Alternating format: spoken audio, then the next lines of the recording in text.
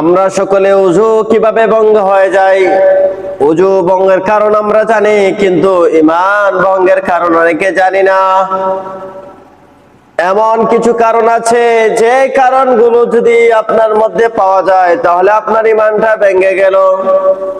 ঈমান ভঙ্গ হওয়ার যত কারণ আছে তার মধ্যে একটি কারণ হচ্ছে যদি কোনো ব্যক্তি শিরক করে তাহলে তার ঈমান চলে যায়। আপনি যদি কোনো মাজারে গিয়ে সিজদা দেন তাহলে আপনার ঈমানটা চলে যাবে, কারণ সিজদা দিব একমাত্র আল্লাহ তাআলাকে। সিজদা পাওয়ার একমাত্র যোগ্য হচ্ছে রব্বুল আলামিন। ওই দামি কপালটা যদি কোনো মাজারে কোনো পীরের পায়ে যদি আপনি লাগান তাহলে আপনি শিরক করলেন, তাহলে আপনার ঈমানটা সাথে সাথে চলে যাবে। আপনি নতুন করে কালিমা পড়ে মুসলমান হতে হবে। এই জন্য ভাইরা আমার, আমরা অনেকে দাড়ি টুপি জুব্বা সব ঠিক আছে, কিন্তু আমরা শিরকের সাথে জড়িত, আমরা কুফরের সাথে জড়িত। আমরা যে জিনিসটা চাইবো আল্লাহ রাব্বুল আলামিনের কাছে, ওই জিনিসটা আমরা গিয়ে মাজারে গিয়ে পীরের কাছে চাই।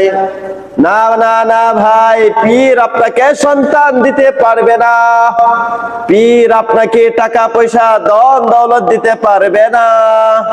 যদি পীরে যদি ধন সম্পদ টাকা পয়সা সন্তান দিতে পারতো তাহলে সন্তান কেন পীর সাহেবের হয় না? কথা বলেন।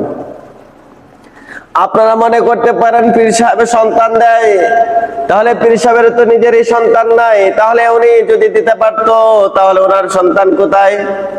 পীর সাহেবের টাকা পয়সা ধন দৌলত কোনো কিছু দিতে পারে না। আপনি যদি মনে করেন পীর সাহেবের কাছে গেলে আমাকে ধনী বানাইয়া দিবে, পীর সাহেবের কাছে গেলে আমার সন্তান নাই সন্তান দিয়ে দিবে, তাহলে আপনার ঈমানটা চলে গেল। আপনি নতুন করে কালিমা পড়ে মুসলমান হতে হবে। এই জন্য আমরা মুসলমান, ঈমানের বহুত বড় দাম।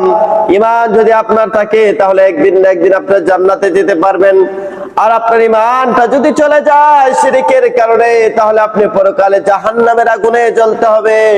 এই জন্য মুসলমান ভেরি ভেরি কেয়ারফুল থাকতে হবে। আপনার ঈমানের মধ্যে যেন শিরক না ঢোকে, আপনার ঈমানের মধ্যে কুফর যেন না ঢোকে, তাহলে যদি ঢুকে থাকে তাহলে বিপদে পড়ে যাবেন। ঈমানের মধ্যে যদি কুফর ঢুকে যায়, ঈমানের মধ্যে যদি শিরক ঢুকে যায় তাহলে মুসলমান বিপদে পড়ে যাবেন। এই জন্য আমার আপনার ঈমানটা মজবুত রাখতে হবে। আমার আপনার ঈমানের মধ্যে কখনো শিরক ঢুকানো যাবে না। সন্তান দেওয়ার মালিক একমাত্র রব্বুল আলামিন, রিজিকের মালিক হচ্ছে রব্বুল আলামিন, হায়াতের মালিক মওতের মালিক সব কিছুর মালিক হচ্ছে রব্বুল আলামিন। ওই মালিক আপনাকে যা দিবে তাতে আপনি সন্তুষ্ট থাকেন। আল্লাহ রাব্বুল আলামিন অনেককে সন্তান দেয় না, অনেককে আবার সন্তান দেয়। অনেককে আল্লাহ তাআলা শুধু ছেলে দেয় মেয়ে দেয় না, অনেককে শুধু মেয়ে দেয় ছেলে দেয় না। আবার এমন মানুষকে আছে আল্লাহ তাআলা কোনোটাই দেয় না। সব কিছু রাব্বুল আলামিনের ইচ্ছা, এটা কোনো মানুষের হাত নাই। যদি মানুষের হাত থাকতো তাহলে মানুষ তো ছেলে মেয়ে মিলাই আনতো, অথবা যাদের ছেলে আছে মেয়ের প্রয়োজন মেয়ে আনতো, ঠিক কিনা? এই জন্য ভাইয়ের আমার, এগুলো সব কিছু আল্লাহ তাআলার হাতে। আল্লাহ তাআলার কাছে চাইবেন, আল্লাহ তাআলার কাছে চাইতে হবে। আমরা আল্লাহ তাআলার কাছে না চেয়ে আমরা যদি কোনো ওলিয়া উলিয়ার কাছে গিয়ে চাই, বাবা আমাকে সন্তান দেন, উনি কি দিতে পারবে? সন্তান দেওয়ার মালিক তো একমাত্র রব্বুল আলামিন। রব্বুল আলামিন, আমরা তো নামাজের মধ্যে বলি ইয়াকা না'বুদু ওয়া ইয়াকা নাস্তাঈন, আমরা আপনার ইবাদত করি, আপনার কাছে সাহায্য চাই।